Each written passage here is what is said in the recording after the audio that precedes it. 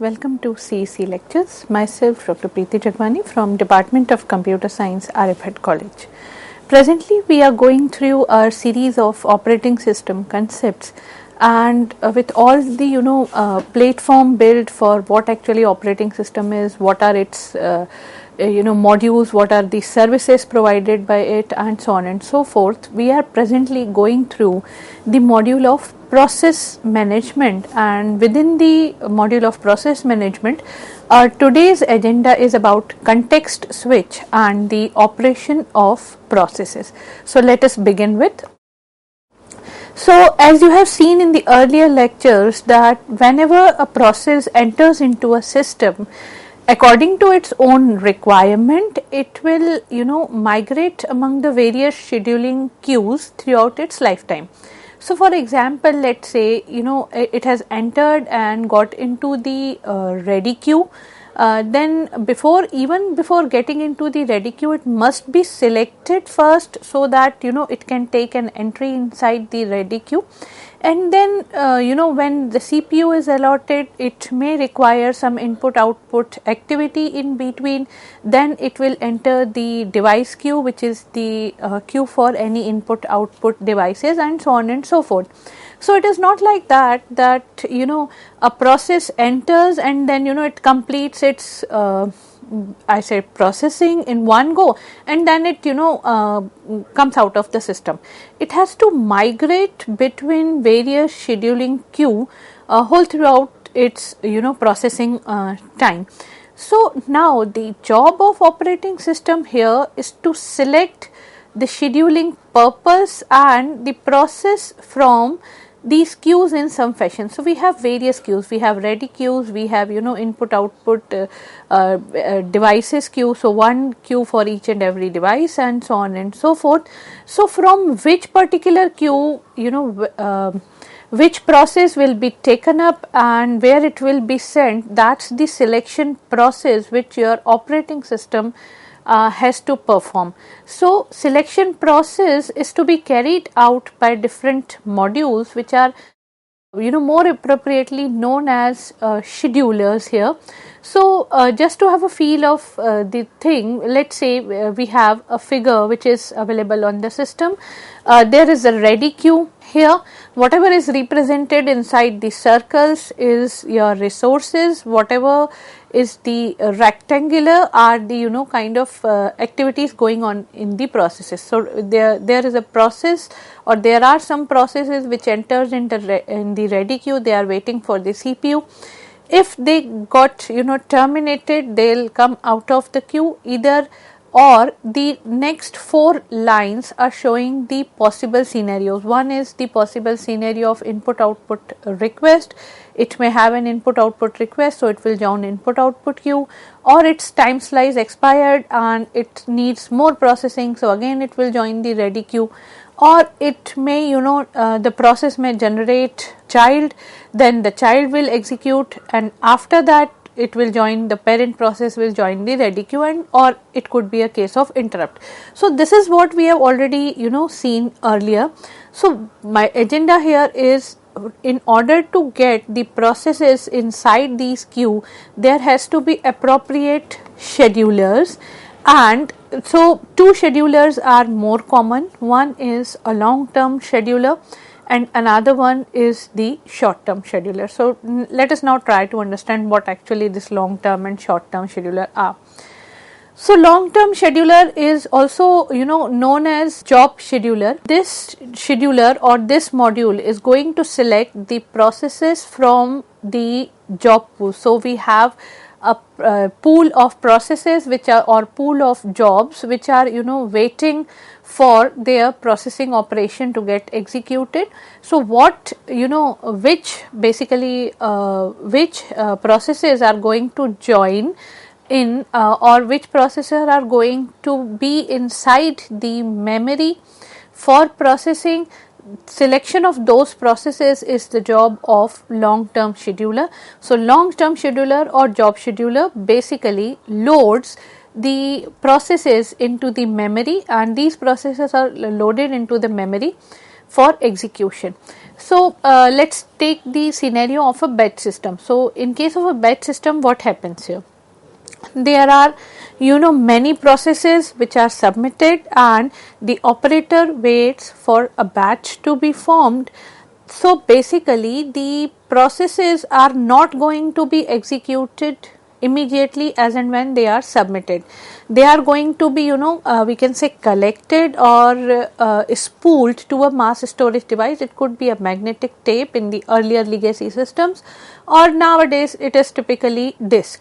So basically they are collected, and here the technical terminology says they are spooled to a mass storage device. So that means they are waiting for the execution, and the execution is going to happen later onwards. Now coming to, this is the kind of, I can say, taking the processes from the batch system and then submitting them for processing, or more specifically we can say loading them into the memory, is the job of job scheduler, or we can say long term scheduler. Another term which we were trying to explore is the short term scheduler. Short term scheduler is also known as CPU scheduler. So this is the module which is going to select the processes which are going to be submitted to CPU. So basically we have a ready queue in which we have processes, those are ready to be executed. So it is your short term scheduler is going to select the process from the ready queue and allocates the CPU to the selected process. So ready queue is being dealt by short term scheduler, or we can say a CPU scheduler here. Now long term scheduler, which is the job scheduler, is going to take the jobs from the job pool and submit it to the memory. Short term scheduler is going to take the process from the ready queue and submit it to the CPU. So now what is the difference, or what is more of a difference between these two apart from this selection process and selection location, I can say. So the difference is basically frequency of execution. One, which is the short term scheduler, is more frequent as compared to long term scheduler. Long term scheduler on one hand may take minutes in for its processing, or for for selecting the process.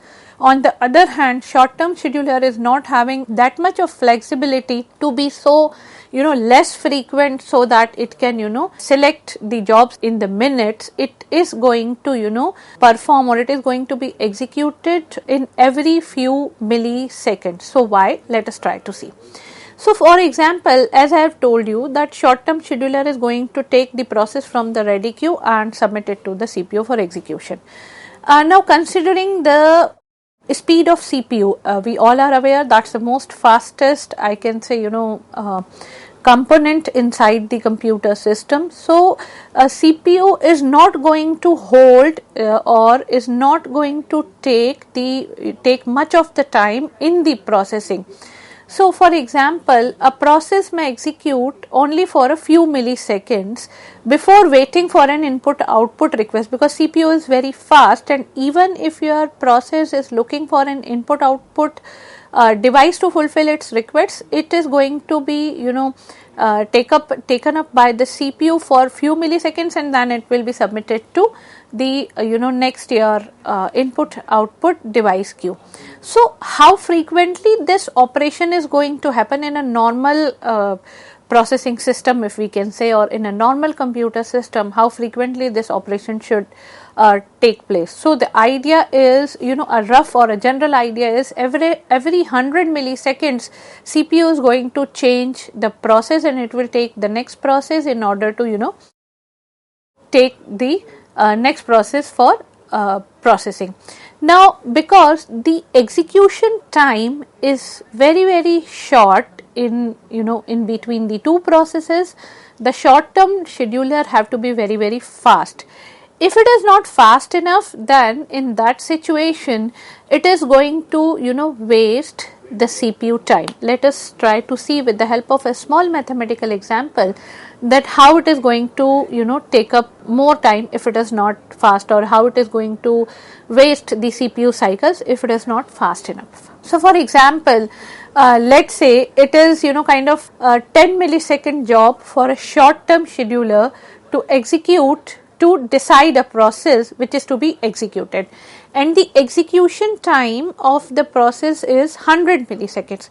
So for every 100 milliseconds, if 10 milliseconds is on every 100 milliseconds of execution for a process, if your short term scheduler is going to take 10 milliseconds, then also if you can do a simple math, that is 10 divided by 100 plus 10, which is 110, that means the 9% of the CPU time or CPU is being wasted simply for scheduling the work, because scheduling is going to take 10 milliseconds for every 100 milliseconds of execution. So 9% of CPU wastage is huge.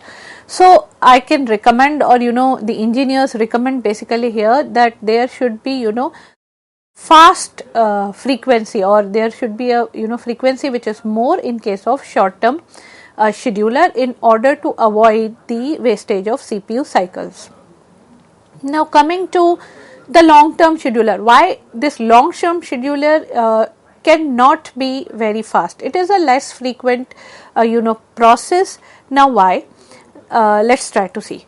Creation of a new process is going to take minutes, because long term scheduler is going to take the process from the job pool, and it is also going to submit that process in the memory, or it is going to load the process inside the memory so that it can be further taken up for the execution. Now let us try to imagine a scenario that long term scheduler is very fast. What will happen?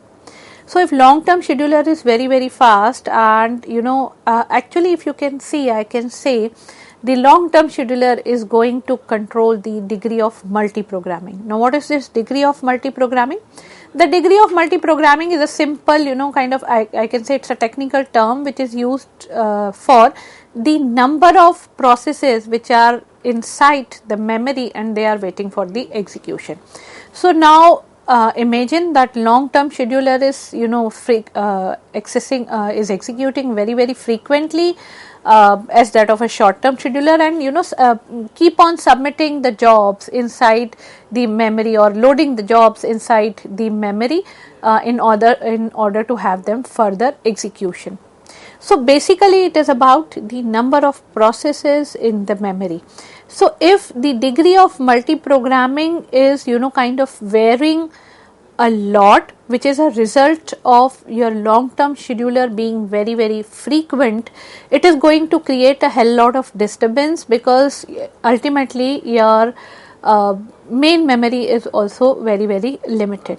Now if we want to keep the degree of multiprogramming in a stable manner, then it's a requirement that the average rate of process creation must be equals to the average departure rate of process leaving the system.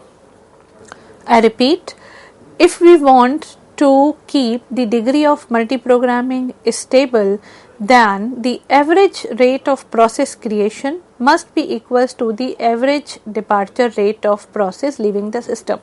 Now when your process is going to depart from the system, or when your process is going to leave the system, in a general scenario, after completion of all its processing thing, which includes taking of CPU cycles, which include taking of some input output devices, which includes some handling of interrupt, and so on and so forth. After all this mess things, it is going to depart from the system. So that means it is not a very frequent process. So if the departure is not a very frequent process, then we also need to control on the degree, to control on the number of incoming processes, otherwise they are going to create a chaos inside the main memory.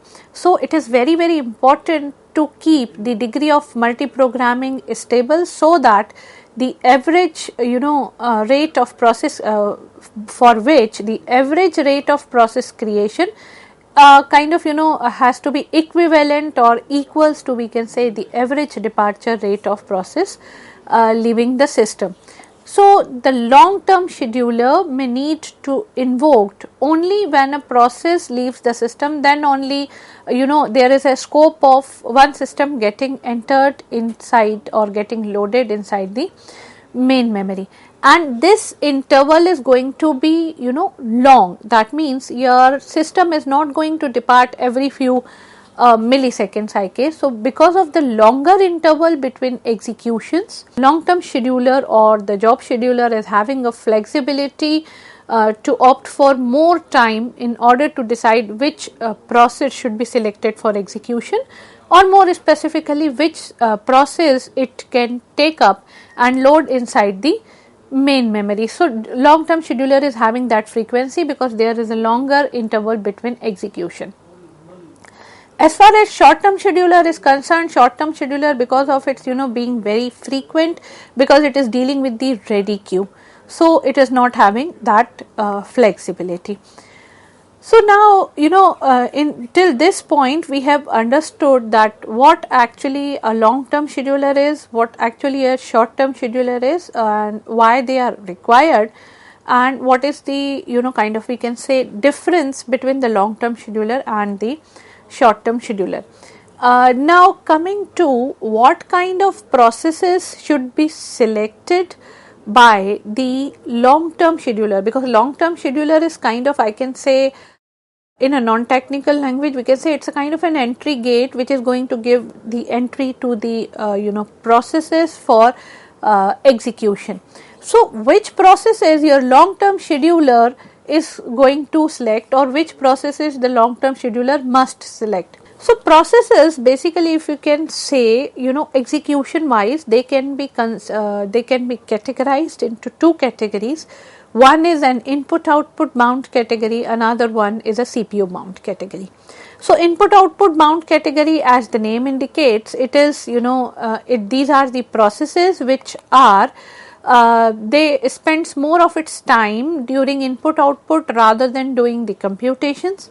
On the other hand, a CPU bound process or CPU bound processes generally generates less input output requests and more time doing computations. That means the input output device request for a CPU bound process is less, and CPU requirement is more. On the other hand, input output bound processes are having a vice versa system, which says that it will spend more time with input output devices rather than computation. So, as far as long term scheduler is considered, that what kind of processes it should execute and it should load into the main memory, so that further they can be picked up for execution.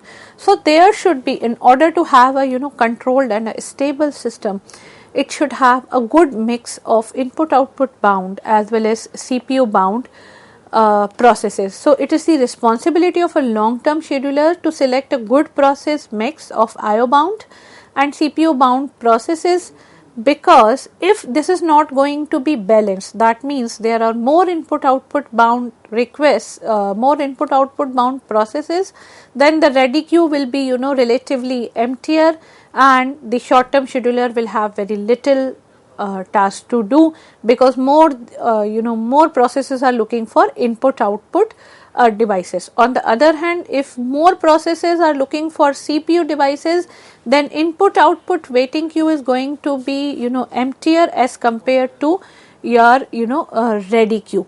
So, basically we want a good mix of your CPU bound as well as input output bound processes, so that the system become balanced, and neither of the devices, nor the input output devices nor the CPU thing should go unused. So, for best performance, there has to be a perfect amalgamation of CPU bound and input output bound processes.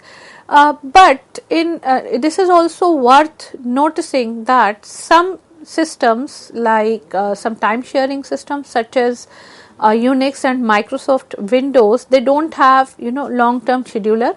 They just take up every process and put them, they take every new process and put them into the memory for the short term scheduler to take care of them. So, here in this lecture what we have gone through is basically what is process scheduling and what are job schedulers. We have seen long term schedulers as well as short term schedulers also, and then we have also seen that what kind of mix a short term schedule, what kind of job mix is required in order to have a balanced system. And here is a list of references which is being used for preparation of the lecture. Hope you had a fruitful learning. I will see you in the next lecture. Thank you.